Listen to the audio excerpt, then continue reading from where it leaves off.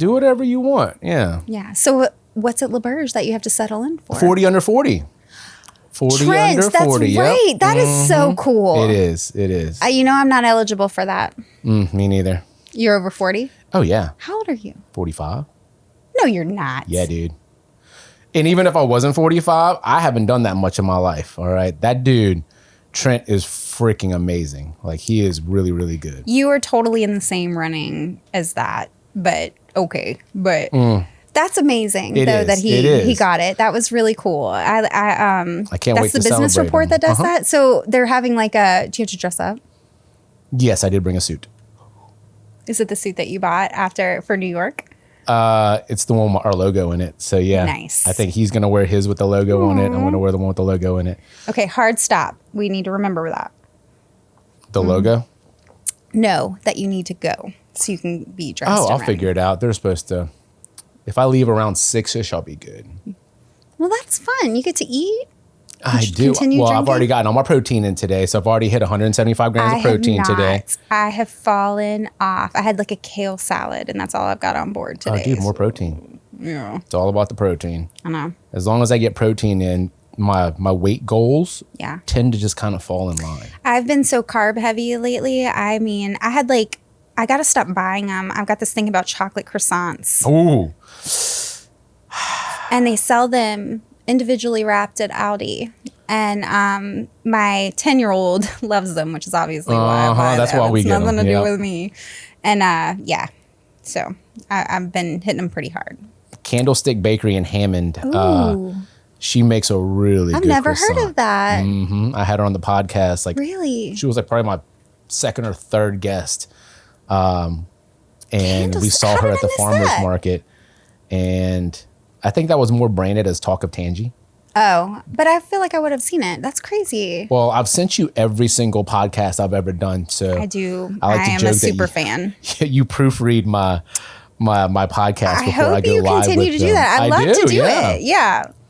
I do send them to you. Someone's got to watch them. Well, I'm watching them too. So I know. But I'm watching them to make sure I don't look stupid. Up. My guest doesn't look stupid. So I got to make sure that that's all good. But then when I get the feedback from you, I like that a lot. Thank you. So I love to do it. I love what you've done here. This is a really cool format. I laughed because I listened to your Eat the Boot episode last night. And thank you all for the shout out. And I did get the Eat the Boot, the guys drunk at the LRA showcase.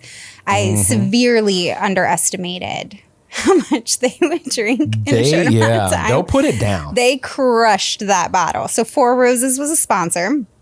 And so we had this Four Roses bourbon for this event. And I was like, what a great idea.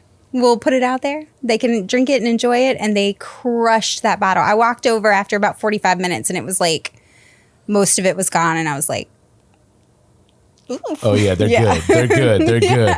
So I take full responsibility for that. But I thought that was a great episode that y'all did. And so I always talk about, so for Eat the Boot, I absolutely love the community that they've built. Oh, my God. I think it's amazing. Awesome. I really do. I think it is, it's so positive. And they fight tooth and nail. You can tell they fight for that. And, and they call people out on those those fake restaurant reviews. I think in general, when people go out to eat, there's sometimes this very weird attitude that easy, Jeff. This weird attitude that some people will take, about start to notice every little detail, and they want to be served and they want it to be catered to, and I think that that's fine, but I think it's sometimes gets weird. It does. The whole mindset of this person has to dance for their money. This server has to I don't know. I think it gets weird. And I love how they kind of call people on their I love that. Oh my God. So much do I love that. Honestly, they got me for it one time, and I talked about this on their podcast, and I will talk about it again because I thought it was such a light bulb moment. They called for me. You out? They called Hell me out. They had made this post about Chiba Hut, who I'm a fan of. I love Chiba Hut. And which I heard y'all do a lot of stuff because of the close proximity, which makes total sense from our moms. We eat there a good bit. Yes, I love Chiba Hut. But they had made this big post. This was before they did the Heat the Boot sandwich. Oh, okay. About, the best sandwich in Baton Rouge. Well, I have strong feelings about Faye's in downtown Baton Rouge. They have a sandwich called the best sandwich that is like life-changing. It'll knock your socks off. And so I was literally that person. They made this big post about their best sandwich that they from Chiba Hut. They love it. And I hopped right in those comments and I was like, well, the best sandwich in Baton Rouge is from Faye's. And they lit me up. They were like, weird. You've never made a post about it before. And you're going to... So I was like, you know what? They're right. And so it was, they made me like look back and I was like, there was no reason for me to hop in there and say, because Chiba Hut's amazing. And the best sandwich from Faye's in downtown Baton Rouge is amazing, but I've never posted about it. And so I don't know. I love what they've done. And I think it's a lot of work what they do. They're constantly eating. They are. Like they're constantly in like all over Louisiana. Yeah. I was like, how do y'all do this? And just to do it. They're not getting paid. No, they're not getting paid. But I thought about it. I mean, and I'm so sorry, I'm all over the place. But when I was listening to your Eat the Boot episode, that one really hit me. And it could have been that I was very hungry. They were tasting everything that y'all were doing. And I was so hungry. And that was the first episode that really made me like crave. Like I had to get some food or I was starving. And I always think about them and what you've done here and video for them. And I realized I talked to them about it recently and they were like, well, they're not in a studio, they're not in a setting like you are. They can't have that. It's not controlled. Right. And I was like, that's so true. Like they can't, that would totally complicate things. But I really wish I could have seen the food that they were eating. Because it was clearly awesome. I mean, Joey and Tony, I think, they took pictures and they put them on. So like there are some pictures of that table, but I don't know if I ordered beers or Trent ordered beers. Trent ordered twice. So I ordered some too, and then like it was crazy because like next thing I know, like there's pints of beer all over the table, and there's food all over the table. It's and out of at control. first we were just gonna do like a few dishes, right? And then I was like, no, this isn't how we do this. We're gonna do the pizza burger. I have to try this peanut butter and jelly burger. It's really good. I'm sure it is. I'm on a burger kick right now, and I was honestly influenced. Speaking of Eat the Boot, Joey. 41. Yes, which I'm going to be 41 in December. And I don't know. Like, do you have 41 days to do the challenge? No, I don't think I do. And I will die. But I'm like, I'm going to make a post about it because I'm like, I was truly influenced. I think about burgers all the time right now. There is really something to it. Oh, 100%. It's, when we were thinking about what we wanted to do, I was like, what's the one thing that I could eat every single day and not get tired of? It's burgers. What can I eat every day and not get tired? I eat eggs like nobody's business. I do eat eggs every day. I do. I try to eat eggs every day. Yeah. For the choline. Well, yeah. For my brain. For your brain. I eat it for the protein. And because my dog has now become accustomed to getting an egg every day. Wow. I do. And I'm like, I am not a... That's all right. I did it for my dogs too. See? I make my dog's eggs every day. I make it for my kids. Yeah. But now I don't have dogs. Well, so my kids are allergic. Well, one of my kids are allergic to dog spit, of all things. What? Yeah. I'm allergic to dog dander, but I've had dogs for like 20 years. And you just deal with it. my allergies are terrible. I've just learned to live with it. I can't stop it. Well, we live in a place where the climate is the worst. It's terrible. When it comes to allergies. It is god awful. I'm allergic to literally everything outside. Yeah. But, ugh. But when I leave the state, like my allergies go away. Yeah. It is crazy. But I'm not moving, so I like I like where I live. So I'm not going anywhere. I think about that all the time. Moving? Like moving. Yeah. Because of allergies? Not specifically because of allergies, but like Louisiana in general. So I spent some time, like when I was growing up, I lived in Florida for a bit. I did not know that. I did. When did you live in Florida? So I lived in Florida. My mother lived in Florida, and I spent some time there when I was in high school. And even though like it's Florida, it's part of the South, it was just different, and also the food was terrible. Oh yes. And I lived in Central Florida. Oh, not even the fun Florida. Ugh. No. Yeah. Wow. Sorry. Good. No offense to anyone that lives in Central Florida, but your food's terrible. Like it's either you're on the coast or like the panhandle. I don't know. The panhandle doesn't feel like a part of it. But it just felt like a different world. And I there's just something, I love Louisiana. I do too. And to my detriment. I love to travel, but I love to come back home. I know. I feel that way all the time. There's something like I laughed about it because I took a trip to Houston a few months ago, and I hated driving in Houston. I did not enjoy it one bit. And there was something when I crossed back over and hit the bumpy roads of Louisiana, I was like, I want to kiss the ground of this horrible road system. But I miss Louisiana so much. I just did not I didn't care for my time in Houston. It's like 5 hours, like 4.5. It's not that far, but I absolutely hate that drive. Well, and there's something I'll fly. Yes. I fly into Houston. Well, I think it's wild. You can drive 8 hours through Texas and you're still in Texas. Yeah, I don't like that. That's too big. I've only done that a few times. That's too big. And I won't do it. I hate driving to begin with. And it's all brown. It's the same. It is. It's kind of boring. It's boring. There's just nothing there. I'm not really into that one at all. But yeah, my sister lives in Houston, and I don't go see her as much as I want to. See, I have two sisters that are in the Houston suburbs, and like Sugar Land or something. It's actually Santa Fe, Texas. There's a Santa Fe, Texas, but it's a suburb of Houston. There's a Missouri City in Texas, I think, right? Yeah. So I think that's where she lives close to as well. If it's not sugar cane. I have no idea where somewhere. she lives. Well, maybe yeah. I'll have to GPS it. I always GPS it, but I've only driven there twice. Yeah. And she's lived there for like a decade, probably. Yeah. I went there for I'm a terrible freaking brother. Oh man. I went there for the Taylor Swift concert, which was amazing. Oh, dude, and I would you're do a it again. Swiftie. That's right. To my core. All the way, huh? Yeah. I live and breathe it. And it was amazing. I took the kiddos. They loved it. It was their first concert. But now apparently Taylor Swift is not cool to the 10 to 12-year-old, she's age too group. Old for them now? I don't know. What but happened? She's cringe, apparently, which I take personally. Wow. Yeah.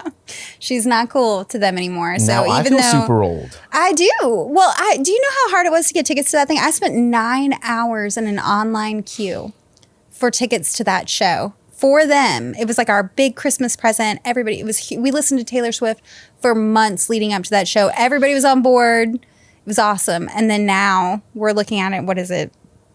2 years later, and Taylor Swift is cringe. And I'm like, do you know what I did to get you to that concert? Wow, that's crazy. You were in the room where it happens. How dare you? So I can't believe that. That's absolutely. Oh, I have the memories. It's fine. Well, it's good for you. But I don't know. Like now I feel super old because I never really got into Taylor Swift. Oh, I did. Because I'm that old. Well, yeah, she's younger than me. Yeah, she skipped me. Not that I don't. I'm appreciate adult her. Taylor Swift. I came in on the adult. I came in on the Midnights album or the whole God, I could talk about Taylor Swift all day. And I can't because I don't know much about her. Didn't she start off as a country person? She did. And then she was pop, and then kind of her I guess own I genre came in after on that Blank Space, that 1989 album, and went from there. But I mean, really, Midnights. Anyway, I'm a huge Taylor Swift fan. I love her, and my kids just they don't get it. That's fine. Oh man, we can take this conversation anywhere. I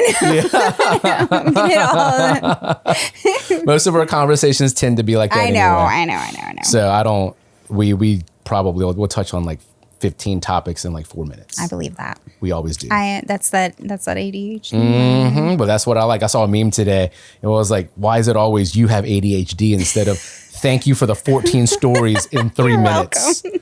And I was like, that's right. Yep. I can give you a whole lot of stories in 3 minutes. I cannot even remember where the conversation started that led us to Taylor Swift. Oh, I won't either. No. So we can just only take it to a new place. Mm-mm. So how do you and I know each other? We can start there. Yes. Okay. So obviously the LRA, the Louisiana Restaurant Association, that's where, and we begged you to get involved. And I remember now, when you first started coming to meetings, and you brought a great energy, and we're so excited to be there, and we locked you in. You can't get away now. No, the group is awesome. No. I wouldn't. Yeah, no, the group did it. And we got you to be a part of the board, and it's been great. I talked about this recently, this morning actually, with Jason Ney, who is involved with Fred's, and he's also on our LRA board. And I talked about when he joined the LRA board, how it felt like a spark. It was an energy. Somebody came, was so excited to be there, and had fun, and that's contagious. And that's how I feel like when you joined the board, was that energy was contagious. Well, and it's you. exciting. Because I love the people on there. Nay is freaking awesome. I love hanging out with that dude. He is so much fun. God, he's the first to volunteer. He's like the last person to like stop working. Yep. And I've never heard him complain. He doesn't. I complain a lot though. You don't complain. I complain enough. Not in that setting. For the right people. I'm like, God, this sucks. But I think it's that it goes back to that restaurant people that make it happen type of people. And I love that. I can't stand that, the restaurant people, they don't have time to complain. Because you've got somebody waiting for food. You have something like it's like, let's figure out what to do. Get it done first, and then we can complain. Right. We'll complain later. Yeah. We love to complain. You have a drink later, and you complain, and we bitch about it. And that's perfect. That's the best part about it. But in the moment, I don't have the patience for that. And we have a group of people with our group at the LRA board that are all like that. They are all like, what do we want to do? They jump in. And they're make it happen type of people. High energy. I love that. I love that. I think we're so fortunate to have the group that we do. And I always feel like being involved with the Louisiana Restaurant Association, which I have been, like I mentioned, now coming 7 years. Coming up on your anniversary, yeah. This week. And that's excellent. But it's never lost on me. Of all of the restaurant associations that I get to be involved with, I get to be involved with Louisiana, Louisiana, who's known for their food culture. And I've always loved food. I mean, that's been a huge part of me my whole life. I've seen your Instagram. I do everything with food. And so that's never lost on me, that I get to be a part of not only, this of a group of restaurant industry people who are my people. That's my style of people, but Louisiana.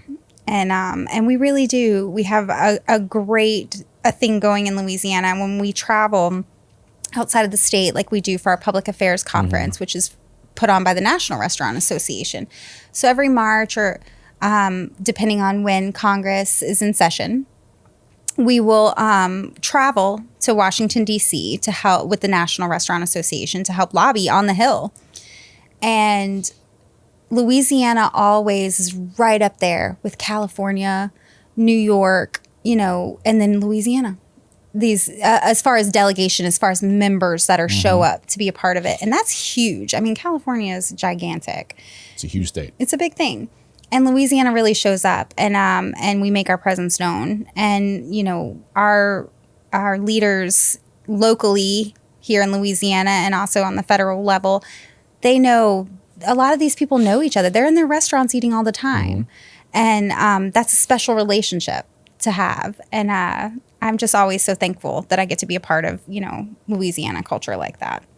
And yeah. I'm ashamed to say this, but I don't really know what all the LRA does. That's happened a lot. I keep saying that, and I feel like I would have learned by now. But I ask you all the time, and I'm like, okay. I'll remind you every time. Yeah, but it's they do so many things. It's hard to sum it up in like one thing that you're going to remember.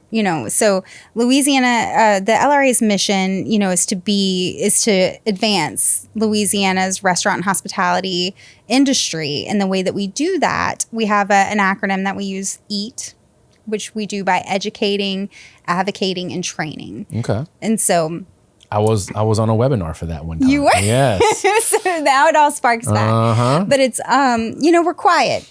The public, the average person doesn't deal with the LRA. So, but our members, as an owner operator, you deal with the LRA. So you should absolutely know what we do. So I'm happy to remind you. I like the funds and the grants and stuff. Yes. Yeah. Well, and, I saw this as far as the educate goes, that's constantly putting out information to our members about regulatory information, those types of things.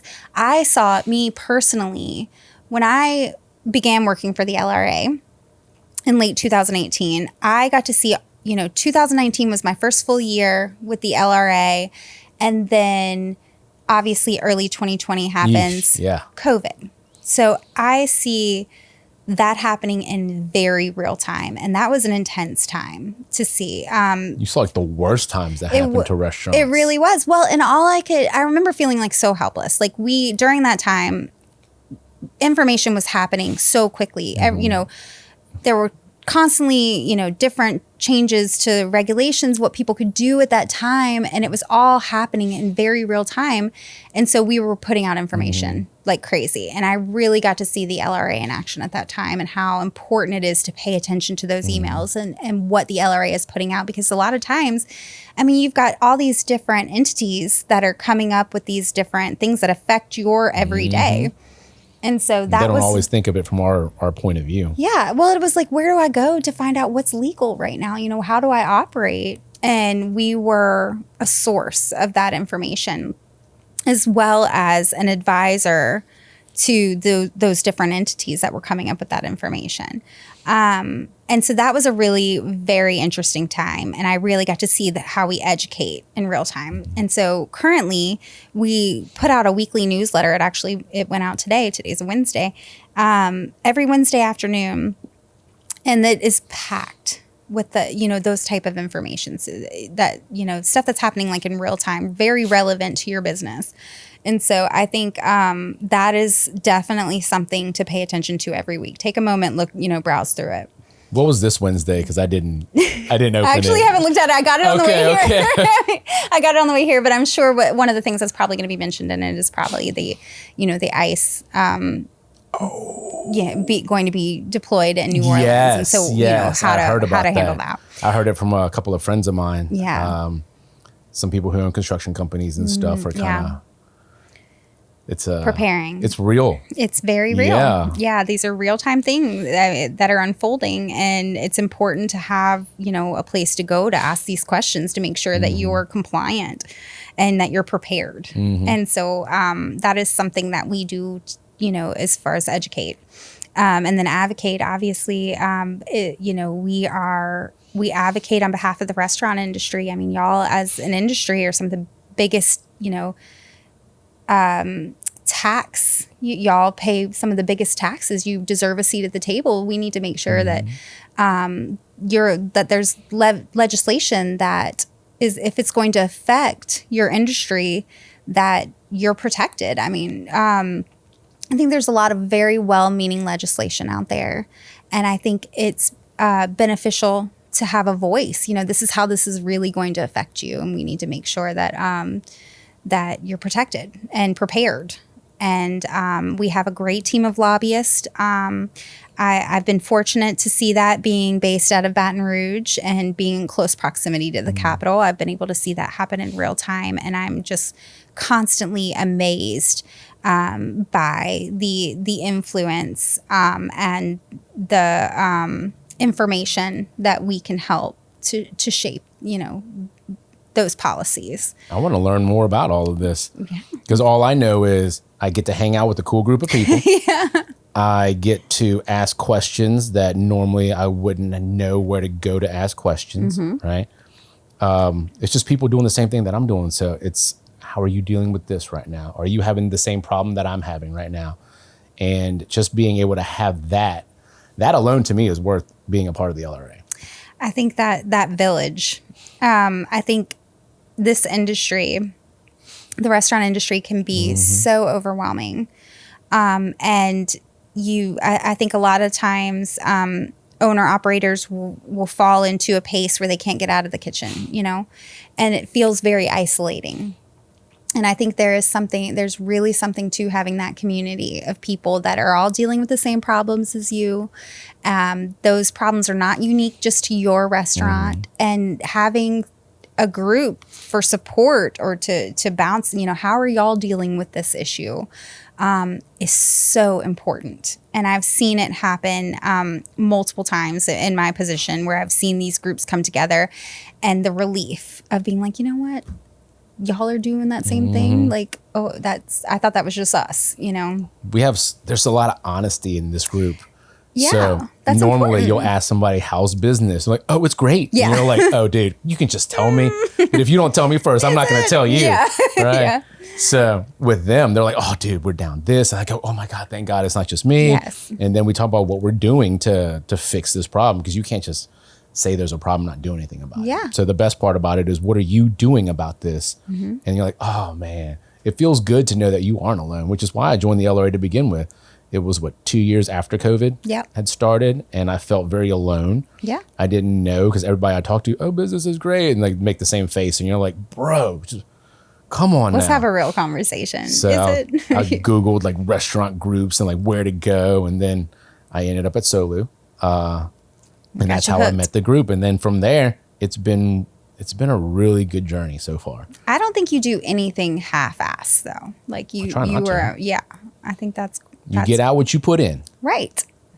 And there's really some, I think, especially when it comes, because we always hear this, like the Louisiana Restaurant Association, they're going to advocate on your behalf, whether you're a member or not. We do for the whole industry.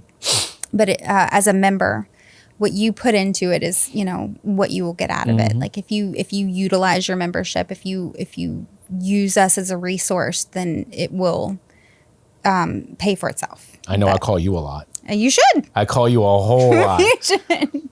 And I love it because I like to talk through these issues. I find it very therapeutic for myself. I like that too, because I get to talk to you. I get to talk to Megan Hightower, like now Carrie. I got to know her really well now. It's just been awesome. And then it's been really good getting to call you first too and be like, dude, I need some notes. Yeah. I just need some notes. Like, I don't know much about these people, I know they're cool, and then you kind of help me out, kind of fill in some of the gaps. Yeah. So I appreciate that. I love what you do here, because I do think it's a platform that maybe a lot of these people don't get, which is just an opportunity to tell their story. When I listened to, the recent episode with Jordan, or the episode recently with Carrie, and there was Carrie Kuykendall, who's with LaBerge, I know very well, but I had completely forgotten about some of her ties, like her origin. Dude, she had a really cool story. She did. And it was like, you look at where these people started to where they're at now and their whole progression in this industry. There's so much opportunity, and I thought it's really nice to be able to hear everybody's story about, their background. And it all makes sense too. Cause like the person they are today, they've been this person for the longest time. So like watching like how quickly everyone progresses and why they progress. And like, to me, that part is just awesome. I think especially with our Baton Rouge group that we currently have, we're so many of them have known each other for so long in different ways. I did not know that. I know. Yeah. So, and I think that's great. They saw each other through multiple phases of life. Some of them owned businesses when they were fresh out of like college or, in their 20s. And then now they're 20 years removed from that. And so they've just known each other. And I think that's so cool to be able to have someone, that has seen you through all these different phases of life.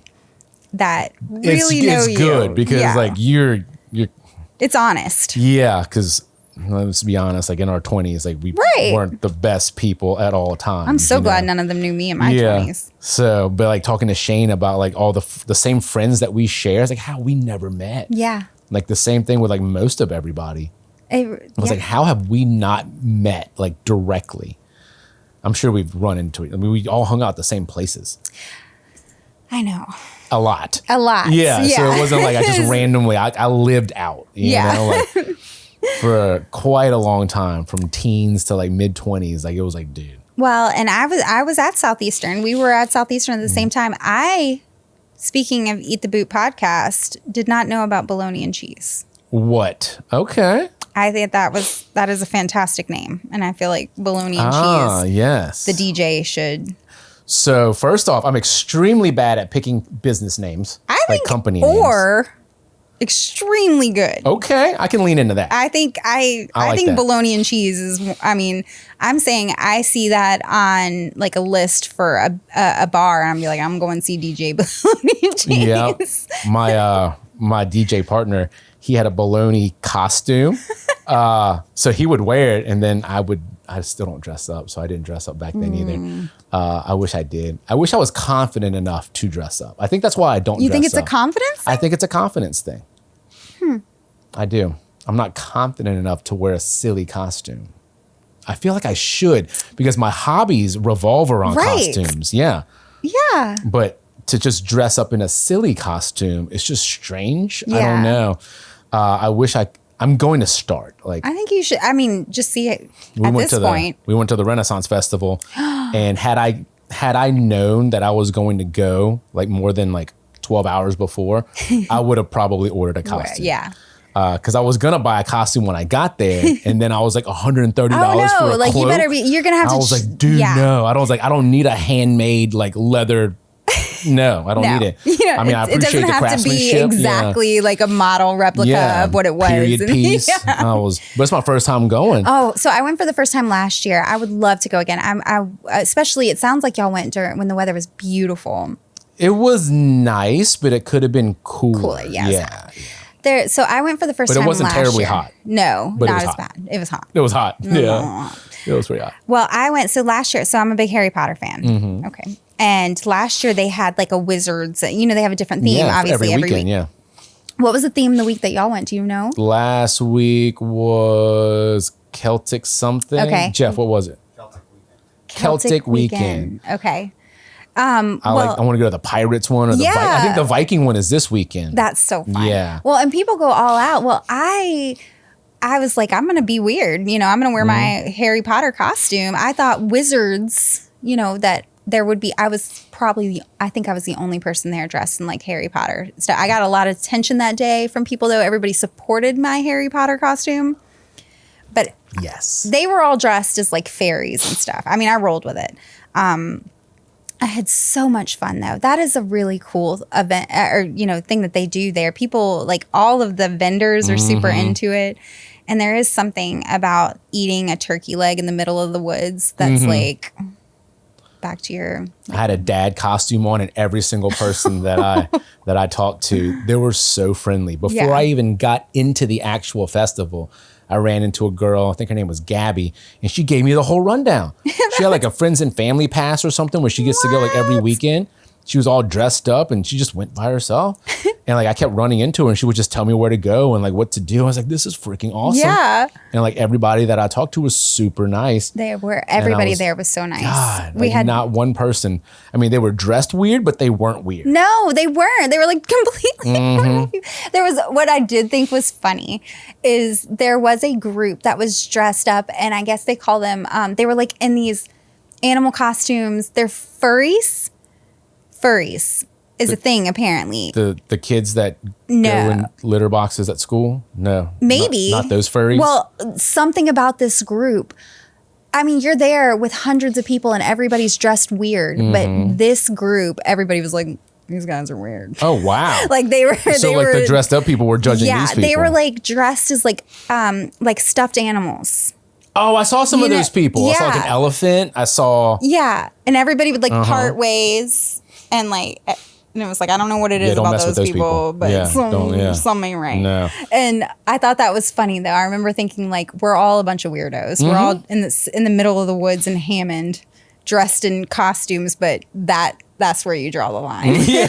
This group that's all dressed as stuffed animals. I like weird people because I'm super weird. Right. I've learned to appreciate it and accept it. I think that's something about when you turn, like when you're in your 40s, like you just, man, like who cares? I started doing this like probably my 30s. I started to realize that I was like, None of it matters. Everybody. It doesn't matter. Yeah.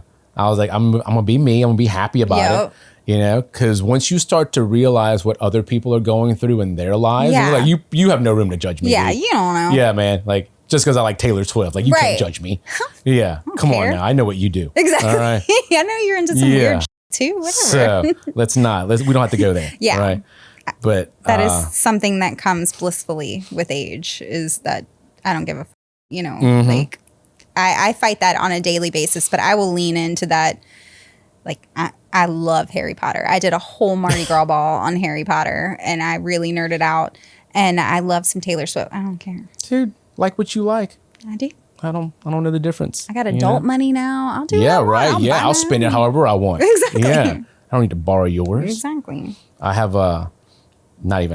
was just thinking about when we were talking about like eat the boot people, and like this phrase keeps coming back to me because Jordan Basham said it. She's like, you can catch these hands. And she learned that from Eat the Boot. And I was like, yep. Like they'll fight for you for sure. They will. Like, dude, be as weird as you want. Like, I love all of them. I do too. You know? When they're captioned, like, did we just become best friends? I was like, yes, we did. Like, my kids love them. They call them the Boot Boys. The Boot Boys. It's the Boot Boys. Yeah. You know what's funny is something that stuck with me from them, and I think this is maybe tied to Tony specifically, but the goofing. I've been goofing.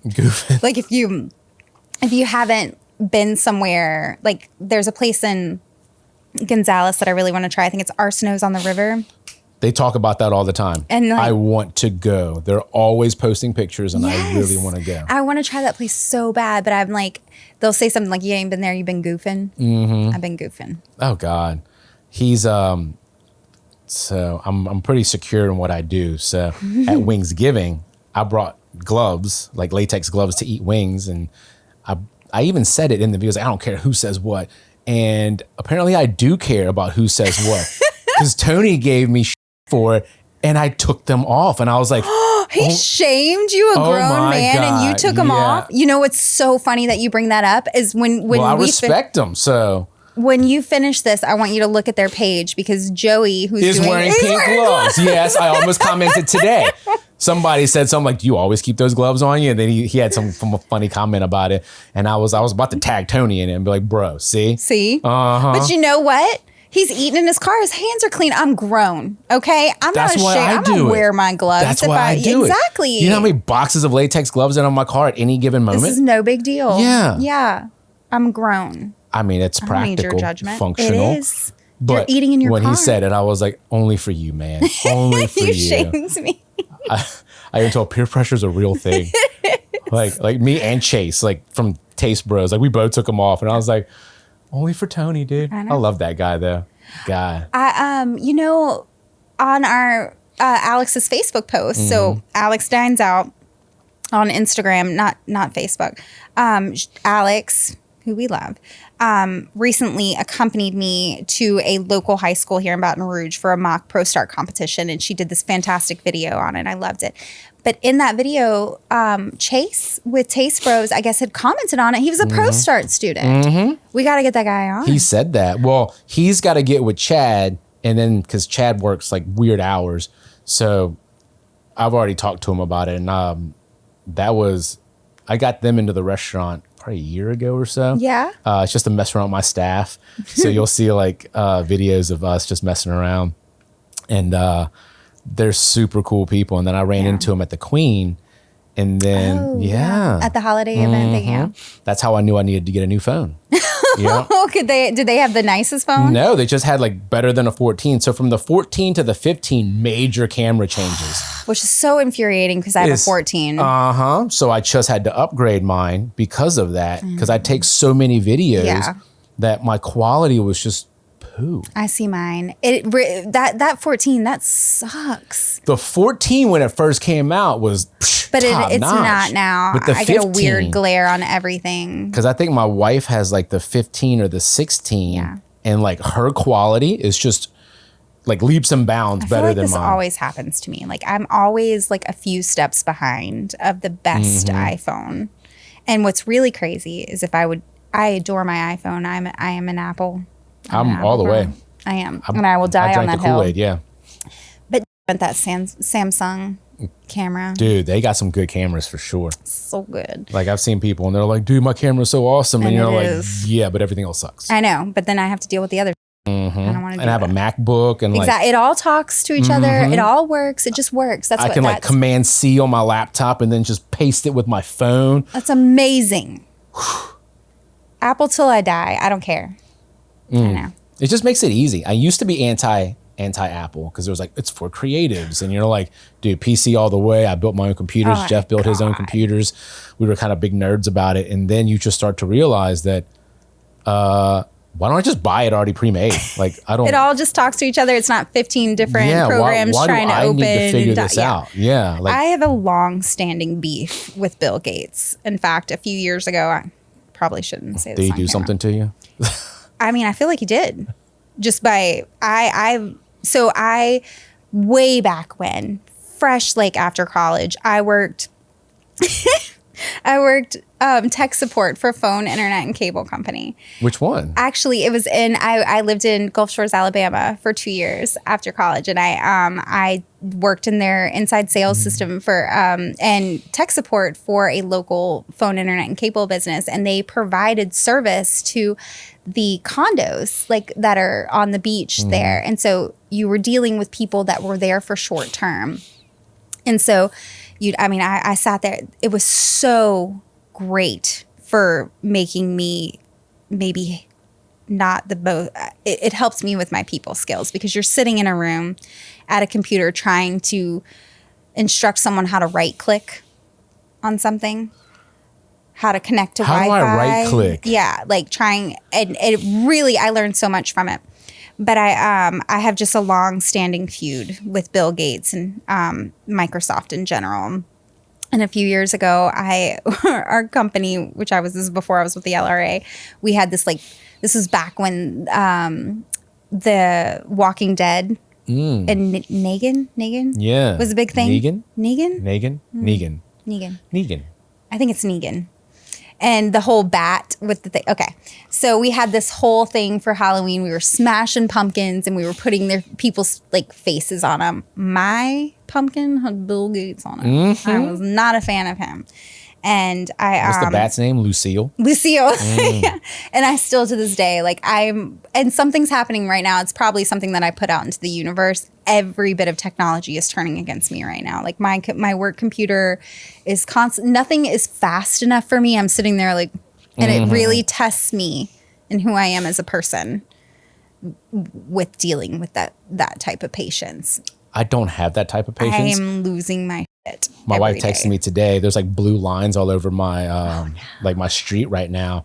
And then she sent me this like pictures like we're getting fiber. I was like, frick, finally. Oh my God. I've been needing fiber for so long now. I had a monthly reminder in my phone to call AT&T and be like, hey. Well, I've applied or like requested it for like the last year. They just wouldn't do it. So AT&T wouldn't do it. Cox wouldn't do it. Yeah. And I'm right off of Highland. So I was like, why wouldn't you? Yeah. Rev. They're the ones doing it. Yeah. Really? So guess what? I'm about to switch because I didn't realize how. At first, I always thought it was download speed that I needed, but it's upload speed that I need now because of the work that I do. Oh, that makes sense. There's a lot. Everything is like cloud based now for most of your apps. And, you know, it's like a lot of AI things that I use, and like it's all uploaded, not somewhere in my computer. So I have to have high upload speed. So here at the office, we have Cox fiber, and it is cool. Yeah. It is insane how fast that is. Yeah. Like Jeff was telling me like how quick it was, and I was like, there's no freaking way, dude. You know what I mean? Like there's no way it's that much better. It is. So now I won't upload at home. You have to do it here. I'll save it. I'll just wait until I get to the office, and it's like 30 minutes. Yeah. When it used to take me all 3 hours or something. Yeah. It was like an all night thing to like upload like a 2-hour video to YouTube. Yeah. And you're like, why does this take so long? But now. You figured it out. Well, I haven't figured it out yet. We'll see. We'll see when they install it. Well, now it's like we stream everything at home. I mean, I've got 3 children, and everybody's streaming something. Like dude, they're stealing bandwidth like crazy. I know. But I don't even remember how we got off on that tangent. But I don't like Bill Gates. We're gonna watch this back, and we're like, how did we? We're have to connect the dots somehow. See, that's one why of I those write weird things string down. yarn things that you see people like Charlie Day has, like Let me tell you, yeah. it all connects. I'm telling you. I'm sure it does. There was a purpose for where this conversation went. I remember Bill Gates. Yeah, that's right. I mean, his, I'm not even sure where we came on before that. We talked about iPhones, cameras, the Queen. Samsung, the Queen. We talked about Taste Bros. We're talking about Taste Bros. Okay. Taste Bros. I think because I saw his video, I was like, dude, your quality is so good. Yeah. I was like, what the frick, dude? I was like, I want that. So I didn't tell him this last time I saw him. Well, I don't know if I saw him in person since then. I saw him at Wingsgiving. That was fun. I hate that I missed that. Oh, dude, it was a lot of fun. I was having a down day. We had a lot of fun. I love chicken wings too. That is like a top 3 food for me. Till I die, I love them. We drank a lot. We ate every flavor of wings that Newly has. I love Newly's too. I've never been. Oh yeah. my gosh! So I'm an AP girl. I'm from Ascension Parish. I grew up in Gonzales, and so I have a special place in my heart for any Ascension Parish. But I love their story. Jake, the owner, and his dad. Was a huge member of the LRA, and I still want to get Jake in. But he and his wife, the nicest people. Is that his name? I think he goes on Facebook John? at Jacob, but he's Jake. Is there a John Couvignon? I don't know. Or a Jeremy Couvignon? I'm sure somewhere. That's not I think him. that's the owner now. Jacob Couvillon and Charmin Couvillon are the owners, and I think he goes by Jake. Yeah. I was drinking a little bit, so Did you call him John Couvillon? I have no idea. I mean, we had a lot of fun together. He's in the video doing this. He's so nice. He had like the chicken wing necklace on. Yeah. Is that the same guy? Yeah, I think it was. I have to go back and look at it. Yeah. I have his number on my phone, so I'll have to look it up. Oh my gosh, super nice people. Yeah. But I love the staff was super nice. Yeah. And they have a great operation over there. And I think that they're expanding, maybe doing catering. They're already big on catering. Yeah, they're already doing that. He was telling me. But I hate that I missed that now. I'm craving chicken wings. Oh, it was a lot of fun. Yeah. But just getting to hang out with fun people. Yeah. I sent that in our text, actually. Was it yesterday when we were talking about the Food and Wine Festival? Yeah. I just get to hang out with like my friends and like just eat and drink all day. Debauchery. Like, it's freaking fun. Yeah, it's all things that are good. Like, it's eating and drinking. Those are my this. favorite things to do. And that kind of, and just being excited about all the different, things to eat. Because I'm the one that puts these videos together because I'm not going to pay somebody to do this for me. Well, you're good at it. Well, no one's paying me, so I can't pay someone else because that's how that works. If someone else was paying me, I could use that money to pay an editor. But if no one's paying me, I have to edit this. But it's also really fun for me because it's a lot of good memories. Yeah. Because, like while you're in the middle of it, you forget a lot of things.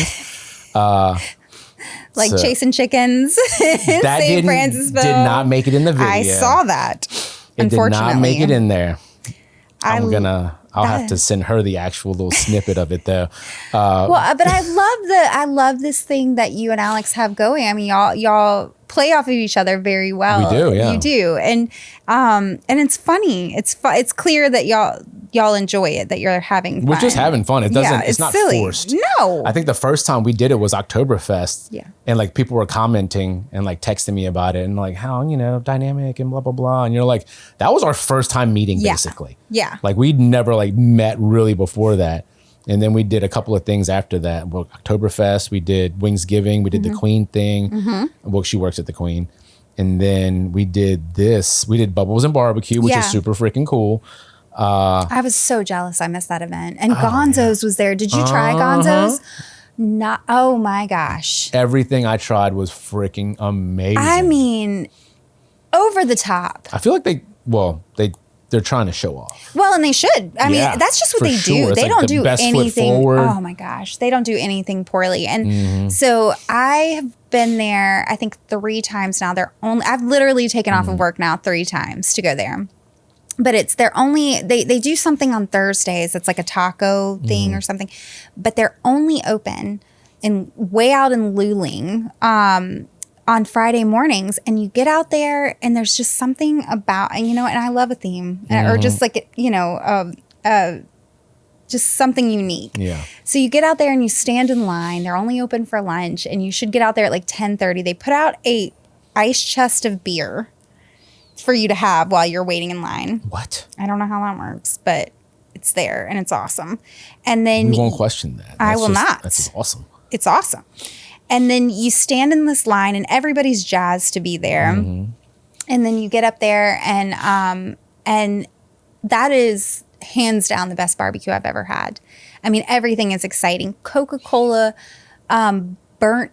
cherry Coca-Cola burnt ends, or, crackling, or, pork jowls, oh my God, just so good. Everything they do over there is incredible. And I love to see, I've seen them, I've followed them the past couple of years, and to see them grow and they participate in those events, and they're just the coolest people. And so I when I went to the St. Francisville Food and Wine Festival, they were not. I was hoping they would be there Sunday. They weren't. They were there only for the barbecue portion, which makes sense. But I was bummed. Oh yeah, no, I didn't see him on Sunday. I first met Sunday's them. A blur. Well, it's definitely a blur. Chug and Wine will do that. Wow.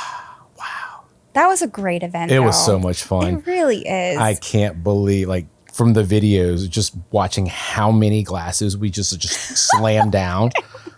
At the end, Chelsea was texting. It was like, "Where are you guys?" It's like herding cats, and we're like, "Yep."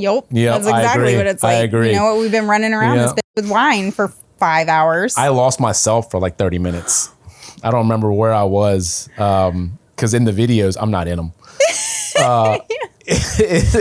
I somehow lost the group. When I finally found y'all, and I'm like, it's just, you're sitting on the front or the back porch of the Myrtles on a Sunday afternoon. It was so amazing. Yeah.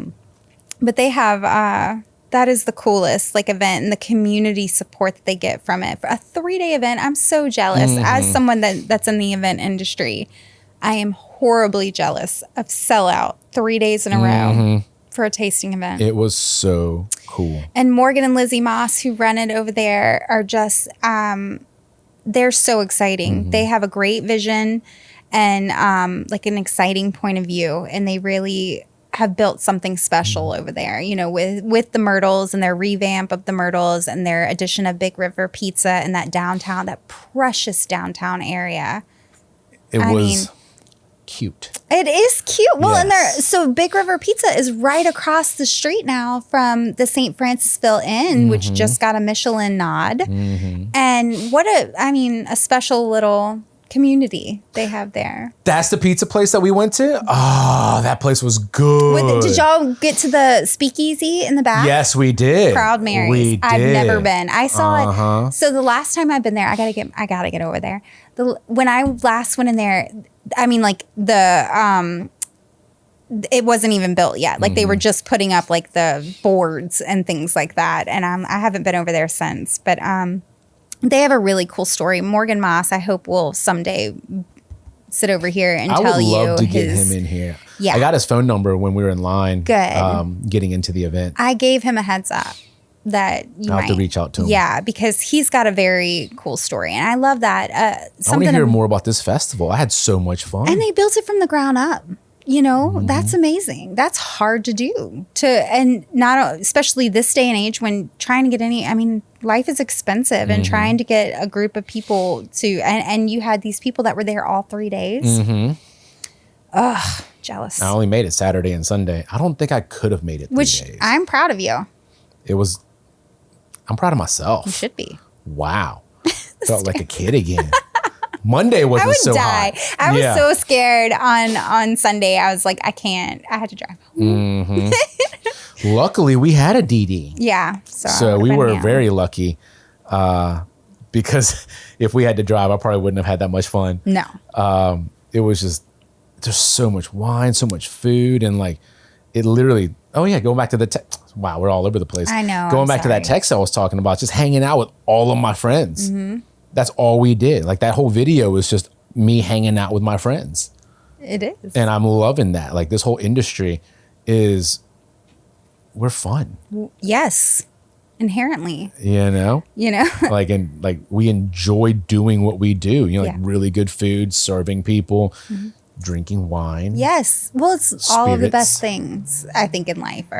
And I know that I mentioned this when I was talking about this. I love to romanticize life like that. That's a part of my life that I love to like I want to take time to enjoy my eating and drinking and be excited about something. And I think that you should, you know, like we talk about, you know, healthy things. We're going to get this certain amount of protein and this and type, we you know. do, but we have to talk about it or else we won't do it, because if we get to do what we wanted to do, it wouldn't work. It would be wine and cheese all day. Our brains wouldn't work. No. Yeah, it would be terrible. Trent's got a saying. He's like, food, like food is fuel. I'm like, no. I know, and I do. I understand the concept. I have to get better at that. Yeah. Well, But and I'm a for former me, fat kid. Like I will like. I'm lean a current into fat it. kid. Like it's gonna be, yeah. I love eating. I love all the things about it. And the problem is when you start to enjoy yourself too much, then that's when it starts to get kind of rough for you. Yeah. But I don't have that balance switch. So I go really hard on having fun, and then I have to go really hard on like not having that kind of fun. So, but if I could learn food is fuel, my life would probably be better. But also, my life is amazing right now because every time I eat something, it's like fireworks in my mouth. You take the time to enjoy. Something that I'm always so jealous of is like, I think about like the English people, right? People in England, and tea time is a thing there, you know, and everybody just accepts that you're going to have a seat and just enjoy a cup of tea and take a minute. I wish we had that type of mindset here because I feel like we're always so go. But I naturally like, I'm going to take a minute to enjoy my food. I'm excited about eating every day. I do a happy dance before I eat. Exactly. Yeah. And I don't want to lose that. I don't want to lose that excitement. I don't think you should. I think it makes life worth living. Right? I mean, I think, and that is maybe something also being in your 40s that I can see around that whole, like, I feel like even 5 or 10 years ago that you're in such a different phase of like, you're all career mindset. You're all like in the thick of it. And I feel like now I'm able to take a step back and be like, you know what, I'm going to sit here and I'm going to be mindful and be in the moment of what I'm doing Savor and enjoying. it. Yes. And I hope that, like I continue that. Like, I don't want to rush through things anymore. Like, yeah, I mean, yeah, no. Some things you have to, you know, but whatever. But like, I want to enjoy my food. I want to be excited by it. I want to appreciate the people who made my food. Yeah. Because you forget that there's an entire team of people that had to make this happen. You know, you didn't just whip this dish up. You know, you didn't just pull it out the fridge and, you know, like plop it on the table. So a lot of people had to put a whole lot of effort into making this happen, which is, I'm not a vegetable person at all, but I'm starting to appreciate that a whole lot more now. I'll try anything now. And honestly, 9 times out of 10, it's really delicious. Yeah. So my whole like mindset about vegetables being bad, it's completely wrong, you know? But it's also now I realize that's how you prepare these vegetables, you know? Like I'm used to like veggies out of a can growing up. Right, me too. And you're like, dude, this is gross. Yeah. Like nobody wants to eat this. You know what's crazy is I absolutely like mushrooms and like cabbage I love, like not necessarily together, but like that makes me laugh so hard because I can imagine like growing up, I would never have tried either one of those things. But I'm a vegetable person now. I love vegetables. Peter Sclafani had a really good cabbage dish at Oktoberfest. Yes, it he really did. Was that good. They do a good job over there. I love anything cabbage like, though. Dang, I kind of wish I had more of it right now. I know. Well, and they had like, I didn't get to try hardly anything at Oktoberfest. I didn't get to try as much as I wanted to. I didn't get to try the winning dish, Patrick Trahan's dish, Ruffino's. Oh, thank God I tried that one. I didn't try that. Thank God I tried that one. Maybe I did try everything. I don't remember. I think the only thing that I remember trying, I tried LaBerge's dish, which was a slider, delicious. That was really good. Very good. And then I tried Tacos del Cartel. I didn't. Oh, phenomenal. I missed them. Oh, very good. It was because they were at the front. No way German. Absolutely not German. Still fantastic dish. Oh, wow. And I forget, like I would love to, I need to go visit over there because I was super excited when they got here. And they took over that Habaneros location there in Perkins Row. And I need to get my butt over there. That's where they are. Yeah. Okay. They're back there by like Anthropology. And they have as far I think would really, it's the aesthetic is amazing. Like I think you can get some amazing I've been to the one videos there. In New Orleans? Yeah. I have not. It's right next to where my buddy lives. I have a question. Have you been to Il Supremo in Metairie? I have not.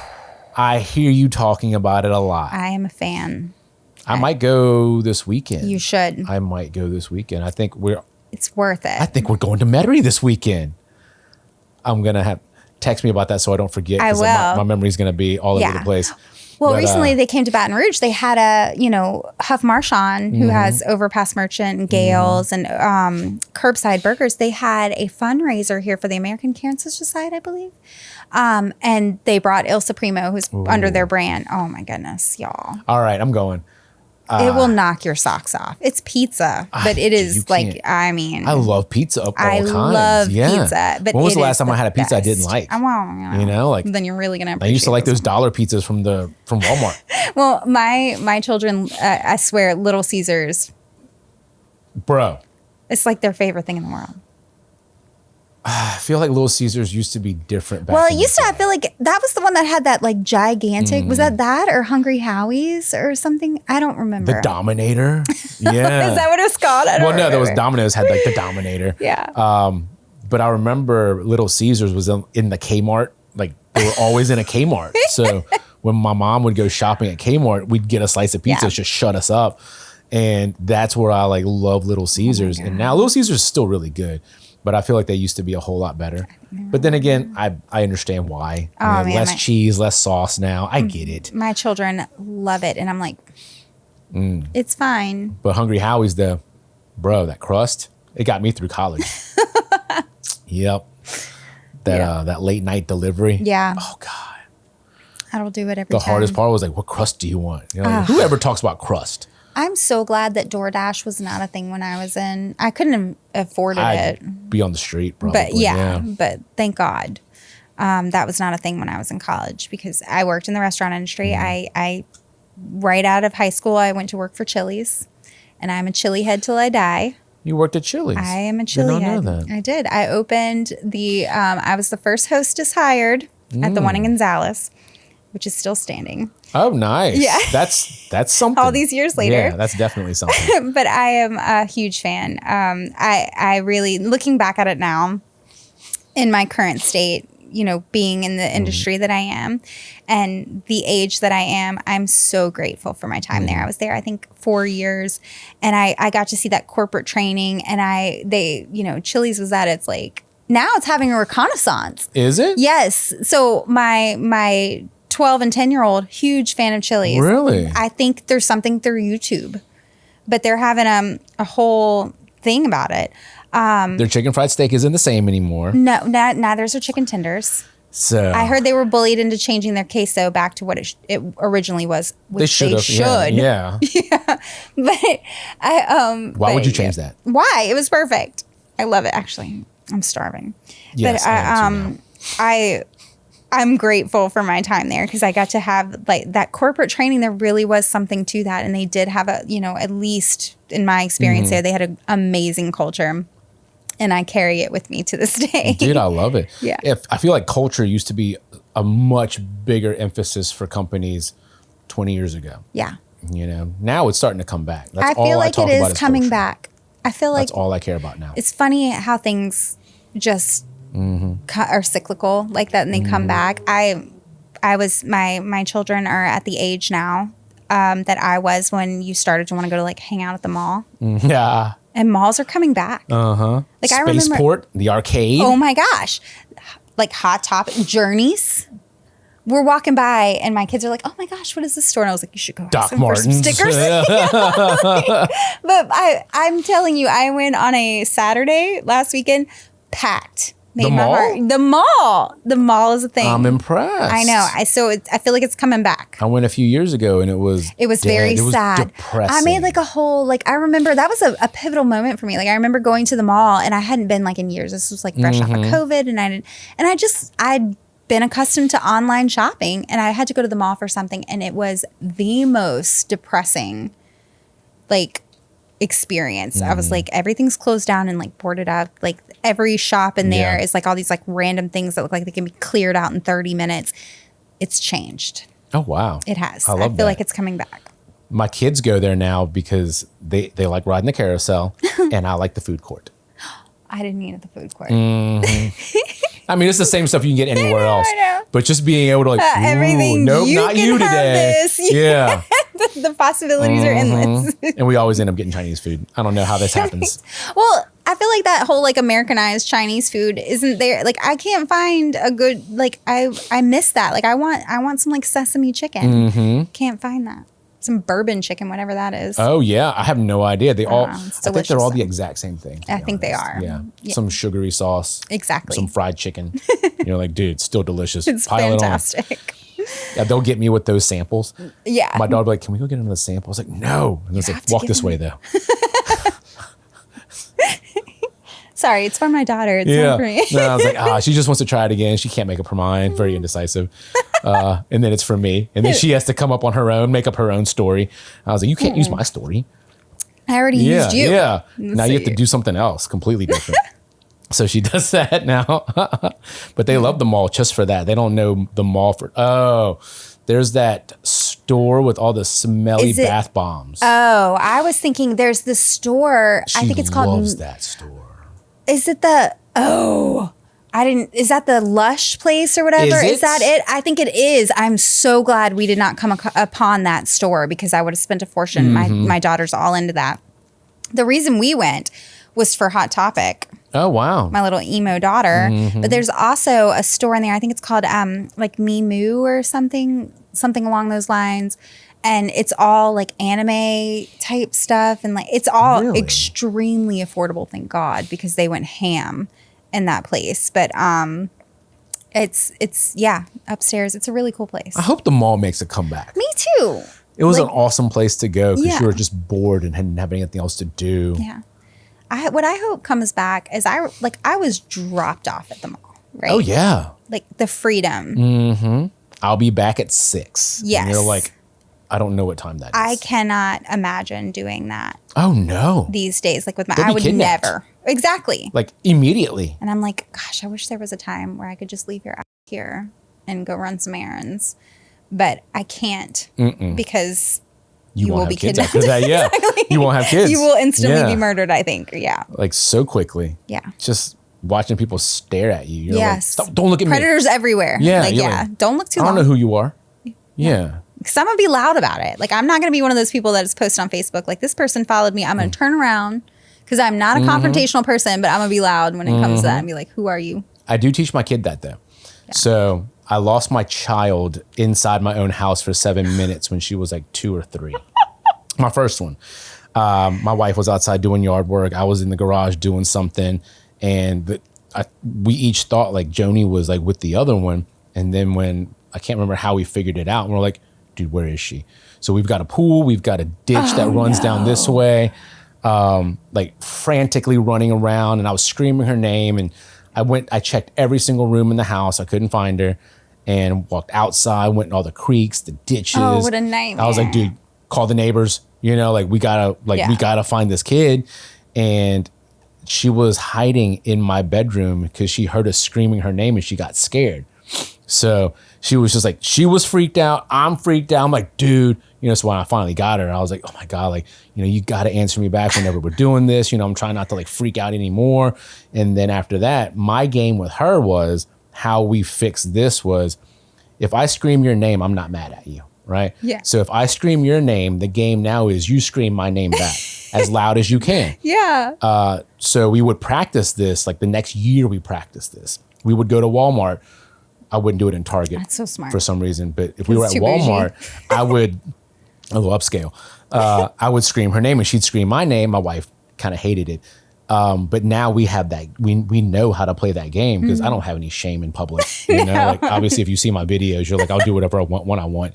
And I'll scream her name because I was like, who cares? Yeah. I was like, if it's the difference between protecting my child and looking embarrassed, I was like, I'm going to protect my child first. So at the airport, the first time we flew with both kids, that was pretty stressful. I was about to say, I've never done that. Yeah. That's intimidating. It was Easter, like it was busy at the airport, and I would play that game in the airport. That's smart. I was like, I don't know any of these people. What are they going to say? That's so I was like, smart. you're being too loud. I'm like, you shut the hell up. Exactly. Right? I was like, you don't get to talk to me. No, I don't know you. Yeah. So I'm pretty good about telling people what I think. That's so smart. Yeah. So we have that. And my second born, she doesn't have that problem. She'll just scream anyway. So we never had to play the game. She just instinctively knows the game. Yeah. So that's a little bit easier. But I've been bringing my kids around and my wife around more with these like events that we do. We went to Wingsgiving together. And they'll see Alex. They're like, oh, is that Miss Alex? Yeah. And you're like, oh, it's Miss Alex. Because she brings Henry. Yeah. And I'm always messing with that kid. Like Henry dines out. He came up with his own like username when he was riding the horse this past weekend. She was like, and you know, tell everybody who you are. I was like, Henry 89. And you're like, he was like, how? I was like, is that his really name? Number. Yeah. He just made that up. So I asked her, I was like, is that his real? Like, does he have a handle? He should now. She was like, no, but it is. Yeah. Save it. So I think how we raise our kids now is a lot different than what it used to be. I agree. You know, like we're just a lot more open with them. Yeah. You know, like me personally, I even think that the way that I have a break, I have a 12-year-old, a 10-year-old, and then now a 4-year-old. So I had that break. And I think with my 12-year-old and my 10-year-old, when they were, 4 years old, I was in a different phase of life. Oh, yeah. And I feel sad about it. Like sometimes that I'm like, I really feel like I wish that I had the presence of mind back then that I do now. Like I'm a completely different parent at 40 than I was, at 28 or something like that.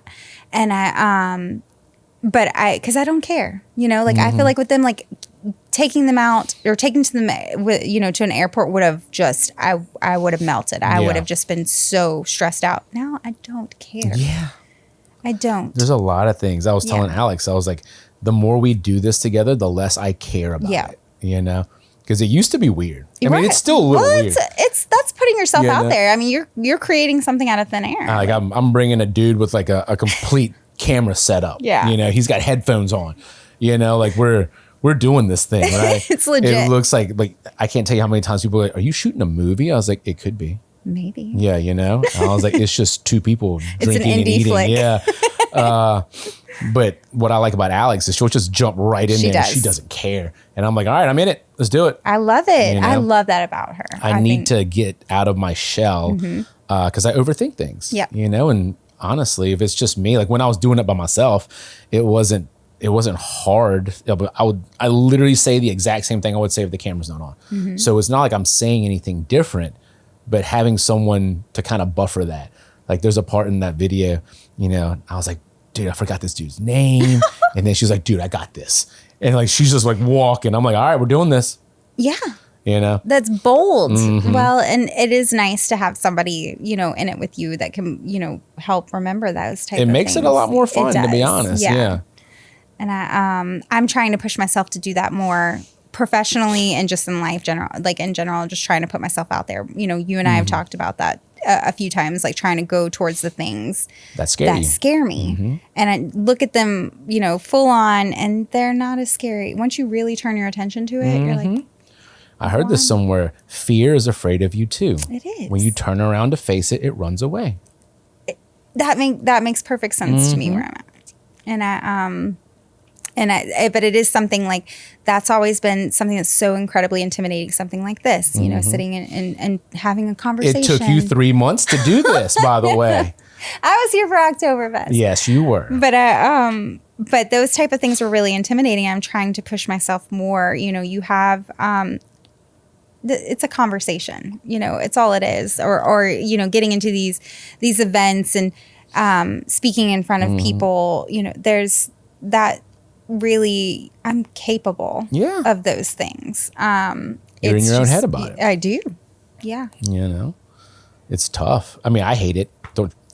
It's not easy, but the more you do it, the easier it becomes. And then like anything else. Yeah. I have a saying now, or a way of thinking. I do it for me and I do it for you. I don't care about anyone else who's watching. Yeah. If they benefit from it, they benefit from it. If they don't, dude, it's for us. right? Like, who cares? But if you concentrate on the audience, then you lose the It's beauty artificial. of what's going on between, the one-on-one interaction. And then now when I focus on this, I was like, I don't care if I get any views. Yeah. And then you get views. You do. It's weird. Well, I got people know recognized in that. the restaurant the other day Did you really?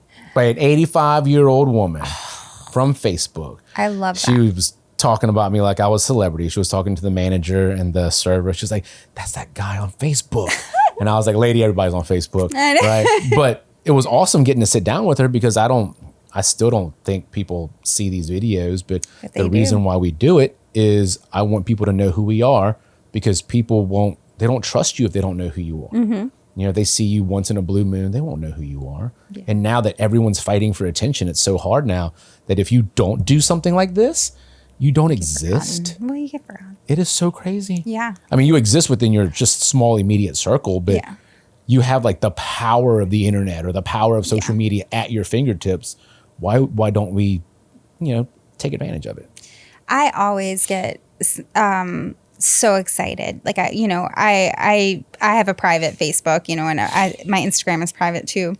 But I love when people that I know say, you know what, I'm trying to think of something to eat. I always go to your Instagram or your Facebook and be like, where's Brittany been at recently? And that means so much to me. I like, know. That You just are makes an me so influencer.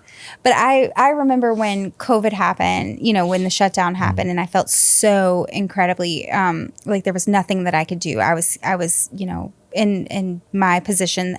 I was talking to all these restaurateurs, and I felt so helpless. And the only thing I felt like I could do was to order to go from, which I would have done anyway. But I put it out on, I would put it out on social media, and then it became like, this was really fun for me because it is. I'm excited about what I'm eating pretty much every time. But that just made me so happy to know that like people think of me and they're like, you know what? I'm going to eat somewhere today. I'm going to. You eat fancy stuff. Sometimes. You're fancy. I'm fancy. I know. I like it. When I see it, I'm like, God, and I've never been to probably half of these places that you. Oh my gosh. And with my position, I do get to travel around the state. I work with boards in the Lafayette area, Lake Charles area, Alexandria, as well as Baton Rouge. And so how many boards are you like a part of technically? Yeah. So the state is divided into 9 areas. Oh, so you're for chapters. All of them? I'm not, no. Oh. And so there's some northern areas of the state, that Shreveport Monroe area that are currently, we have plenty of members there, but they don't have an active board of directors.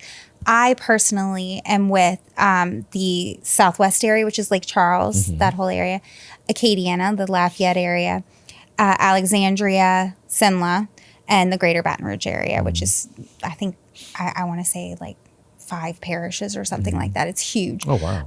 And so I'm very fortunate, but to deal with, to get to travel and eat at all these places. And then obviously my counterpart in New Orleans, or Metairie, Alex, she handles the Greater New Orleans area, the Bayou chapter, and the North Shore chapter. She's cool. Oh, I adore her. I love Alex. We work so well together. She's wonderful. And, but I am very fortunate with work to get to try some pretty amazing foods and to talk to, to be able to interact with some great, amazing restaurateurs. I love that. Yeah. This is, it's probably been the most fun for me, is getting to know more restaurant people, because you spend most of your time working within your 4 walls. You do. It's like you don't get a chance to try other people's stuff, and just being able to do this now, like talking to more people, it's awesome for me.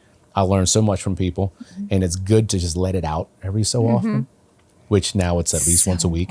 Yeah. So I'm letting it out a lot more, and I feel good about it. I do. There's some connection. Yeah.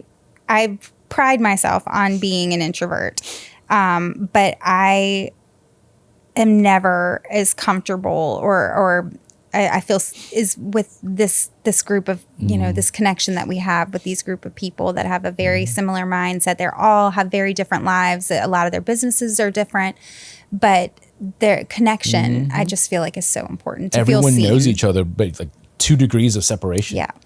Like every time you meet somebody, they go, oh, dude, let me introduce you to so-and-so. And you're like, oh my God. Yeah. And then like you go, oh, have you met so-and-so? Yeah. And then next thing you know, like the last, 3 events? I might have known like 80% of the people. Yeah. And then the other 20% I met there. So I feel like every event that I'm going to go to from here on out, it just keeps compounding. It's hospitality. Yeah. I mean, it's people that work in hospitality. It's the same faces and like, dude, it's so much fun. Yeah. Comfortable. It is is. probably a better word for it. Yeah. Fun is an understatement. Comfortable to me means a whole lot more. You know, like I didn't know what to expect when I walked into that festival, but as soon as I started seeing friends from Uncorked or, you know, like Chef Patrick from Rufino's, you know, like you start running into all of these people that you've known now for the last however many years. And you're like, dude, what's up? You know, like I did a lot of hugging, you know, and a lot of, oh my God, it's you, you know. But to me, that's awesome. It is. You know, there's a camaraderie there. It's very special with this industry. They're all, whether they like it or not, they're people, you know. And we all say we're not, though. Yeah. I love how everybody's like, they're not. And they're like, yeah. And then we're like, oh, hey. Yeah. Nobody admits that ever, you know. Oh, yeah, we gotta wrap this up a little bit. Yeah. I know. So how was it? I loved it. I feel like I was very chatty. I really came into this experience hoping to interview you, but then I got chatty. You can interview me next time. I would like to. I want to, like, I love your point of view. I love when we talk and talk through things. You were someone that I love to bounce things off about. You center, you know, you're a very logical person and a connect the dots person. You are talking about something that you want to do. How are you going to do it? Let's talk about it. And to take the time to talk through that with someone is special, and I value it. Thanks. I like that. It sharpens that skill. Well, you're good at it. The more you practice, the better you get at it. Yeah. But you're intentional about it. You actually care enough to try. And I do. I want to hear. I think you have a lot of amazing practices that you do in your restaurant and that you've been nice enough to share off camera. And I'd love for you to put it on camera. I try to share a lot more stuff now. Like that bartending video. Yeah. There was a part of my brain that said competitive advantage, right? And then it was like, well, if everyone's struggling with this and if everyone's having a problem training, you know, like, it was like, I'm just going to, because like the part of people helping people and then a part about making money, you know, you're like, but if I give it away, I'm going to get back a lot more in return. You will. You know? Well, and you're still going to, it doesn't take away from my own staff. Right. Yeah. Like you're still, I love that about our group is everybody realizes that, and this is an eat the boot phrase that has stuck with me, that you can't eat at the same place every night. Mm-hmm. There's enough business to go around. And you are still going to do things at a higher level, whether or not, I mean, they can have that video all they want, but how do you use it? Yeah. And, so I love that about there's a mix of this, you know, best practices and helping and then competitive. Those things can exist in the same space. Oh, I shared that video with you too, that my kitchen manager meeting. I shared it with Scott. Because I was like, I was like, dude, I think you can use this. It is helpful. I think you have a great way of communicating those things to your group and making them think about that. That's amazing. That there's something to that. You should share it. I did. Yeah, I did. I'm not going to make it public or anything, but I will. Whoever has the link can watch it. Yeah. But it's a glimpse into how we operate behind the scenes. That's a side that most people don't get to see about me.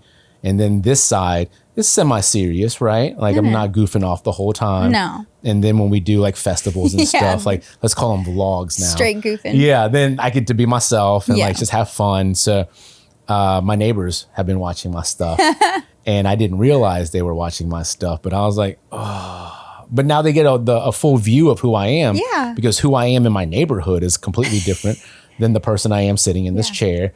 Versus the person I am at work, versus the person I am when I'm drinking wine and trying to get people to pour things in my mouth when I'm laying down.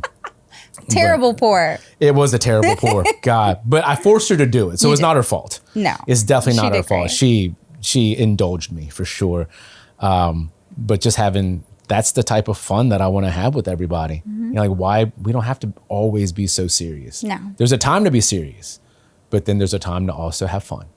Well, and I like that that's so ingrained in who you are. It comes out in everything that you do, that like the fun is important. And I think it has to be fun. Mm-hmm.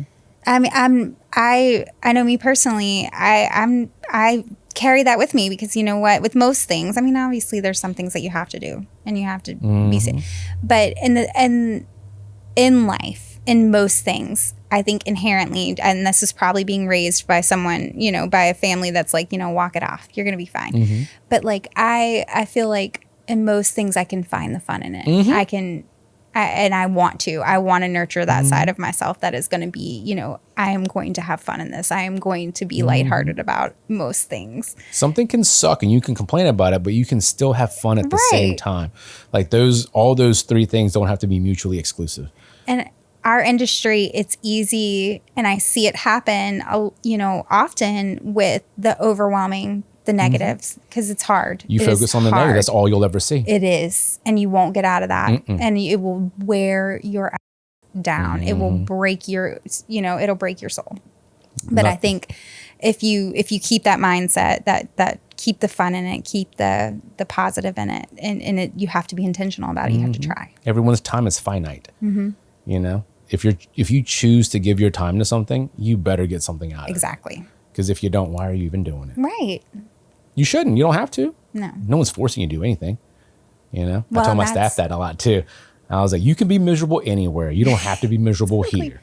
I think people need to hear that sometimes. I tell them, I was like, I'm not making you miserable, but if you want to be miserable, you can do it anywhere else, bro. Yeah. Like, it doesn't have to be in this building. No. And you know what? We don't have to be enemies. We don't have to, you know, it burn doesn't bridges is what I call it. Exactly. Like, you can just, you know what, this isn't it. And that's what I want more people to realize is you don't have to burn bridges, especially in this business. Please don't. Because it takes one phone call to find out everything I need to know about you. Yeah. Like, it doesn't take much. It's a community. Yeah. Like, we're all out to help one another. Like, do you know how many texts I get about, like, what do you know about so-and-so? I was like, let me call you. So you're not going to trace this back to me, right? No. But let me call you. Yeah. And I can't tell you how many times they've done that for me. You know, like, hey, what do you know about so-and-so? I'm going to call you. You know, it's like right away, too. It was like, whoa, yeah. Because on paper, everyone looks good. Yeah. You know, I was talking about this about, you know, like previous managers or whatever. It's like on paper, they have the experience, but are they able to get the results that companies are looking for? And those two are two completely different things. Yes. You can have the title, but not be good at what you do. Which happens a lot. It happens so often. Yeah. And like most people are just looking for the results. I don't care about the title. If you told me you did nothing but wash dishes, but you can come in and get my food cost below 31%, you're hired. Yeah. Like, I don't care about the title. Yeah. You know, but so many people come in like, I've done this and I've done this. And then you talk to like the places that they worked and you're like, ooh, didn't do well. Did you really? Yeah. You know? So I hire based on character a lot more than I do experience. I think that's important. To be honest, the last 3 people that I interviewed, we didn't talk performance. We talked, how's your family? What are your hobbies? Are you happy? You know, if you're not happy, you're not going to be good anywhere. Yeah. So it doesn't matter how awesome you are at like P&Ls. Right. You know, like anyone can read a P&L, right? But can you motivate a team? Can you teach them new things? You know, like when they're having a bad day, can you uplift them? Yeah. You know, those are the things that I'm looking for, but it's really tough it's hard to find those people, but I feel like it's getting easier now. I don't know why. I wonder what that is. That is, people have to work now. Yeah. 4 years ago, they didn't. I know. That's true. So now all of a sudden, yeah. I said this a long time ago, like this pendulum has to swing back. And it did. Eventually. I feel like it is too. I feel like there was a major shift a few years ago, and obviously in our industry, and a lot of people were going, you know, branching out and trying other things, you know, and I feel like now those, you know, people are coming back to the freedom and the culture and the people starting money. To care more, I think. Yeah. Now. Before they just didn't care. Yeah. Now I think the care is there, and then you know the ones who care and the ones who don't. You know, like they might be green, they might be inexperienced, but if you're the care is there, you'll figure it out. It will, yeah. I love that. So, dude, thank you for coming in today. Thanks for having me. I really enjoyed it. We're going to do this again. I will happily do it again. I'm sorry for being so chatty. I love the chatting. Okay. This is like our normal conversations. I know. This is no different than our phone calls. I know. But I'm grateful to be here. I really enjoyed it. It's fun. It is. Yeah. It is. Yeah. Crap, I think I said that to you at the festival too. I was like, this is fun, huh? You're like, yeah. And then I was like, let's get drunk. Let's do it. You did say that. I did say that, yeah. And I was like, why did I drive? And then I lost you. I know. Wow. I was on a hunt for a butane burner. Oh, and I was on the hunt for cocktails. More wine or espresso martinis. And I found them. I know you did. Did you? Yes, you did. I found them. At one point, I think they had like a bunch of like sample cups, and this is when I lost the rest of the group that I came with, and I just remember like bringing like just espresso martini shots to everyone around us, and I was like, dude, I'm coming back for more, and the dude's like, take them all. I was like, wow. Yeah. And then he somehow had like, it wasn't him that made the spoon of like chocolate mousse with the pot de creme. Is that what that's called? It was so good. It was so good. That was probably sorry. It was so good, dude. The best bite that I had. I mean, the scallop dish that I tried was fantastic, and I heard a lot of people brought it up too. But that pot de creme, how they got that texture in the middle, like outdoors in Louisiana, like it was perfect. It was great. My only criticism was I hate that spoon. Oh, I know. Well, I laughed in the video, like how they're trying to tell Alex to turn it upside. But it was a very awkward. Terrible. You're trying to like get it out of there. But when I figured it out, then I was starting to get them. But I was like the first, like, how do you? It was just so awkward. It was. But I was like trying to work it like a Jello shot. Yeah. You know, like kind of made my way. You got it. It wasn't pretty. No, there was nothing about doing that on camera. That on camera. Yeah. I'm glad. But this has been awesome. It is. It's been great. Thank you so much for your time. It's been awesome. What a good ending. Look at us. Pot de creme? What the frick is that word? I'm so proud that I remember that. I don't even know what that is. I'm going to have to look that up. It's French. For awesome. Yeah. My favorite, the first time I ever had it, and this is the last thing I'll say and I'll let us go, was the old Beausoleil. They had that on their menu. Really? Oh my God. Amazing. Chocolate pot de creme. They would serve it in one of those little creamer, like the tiny little silver creamer. Oh my God. Phenomenal. Is it more liquidy? No, it's like it's like a custard, like a thick custard, like a set. Yeah. And oh my God, so good. I love it. But I had it somewhere else too, and it had broken. It was like all, but that one, I was just shocked. I should text Carrie and be like, what's on the menu for tonight? I would. I know. I'm starving. I know. Go eat. I am. All right. Yeah. I got to do this 40 under 40 thing. It's gonna be cool. It is cool. And Trent deserves the recognition. That's really awesome. So for sure. Are y'all going to film there too? No. I am, me personally, but I never give him compliments in real life. But if someone else is around, I have to make it a point because I want to bring up all those accomplishments that he had. But if it was just me and him, it's a lot of name calling. Well, yeah, right. You guys know each other. So it's never like, oh, dude, I'm so proud of you. You know, but like if someone else is around, I'm like, dude, let me tell you about my boy. You know, like I got to tell you about him. I get it. Yeah. But that's just true friendship. I mean, like that's just what it is. So it's going to be cool to be in a setting where I can say those things about him because he deserves all of it. He does. That's awesome. Well, and y'all balance each other out. I adored hearing because y'all are so similar. You both have that same mindset where y'all would praise each other, but then you were also like, like don't get ahead of yourself. Yeah, right. But we make a really good team. Like our like everything about us balances out because I tell people we're polar opposites. Like we're not the same person at all. Like we care about the same things and like almost to the same degree, but how we go about it is completely different. Yeah. So now we know how to work together, you know, like, do you know how hard it was to learn how to work together at the very beginning? Yeah. It's like a marriage. Because you want people to be the same as you, but then you realize who's going to balance out my weaknesses if you and I are the exact same. Yeah. Right. So I need someone to balance me out and vice versa. And me and his other business partner, Blake, we talk about that a lot too, is, you know, like, because sometimes he can be a lot, right? Can he? But you need that though. You do. Because sometimes I'm a lot. Not even sometimes. I am a lot. All right. So, and the balance is always awesome. Well, I think you were the first person to tell me that like there's a place for those different type of personalities in your business. You know, there's you have value. You know, if you're not that bubbly person, you are a very, you know, there's something in there for you that helps balance out.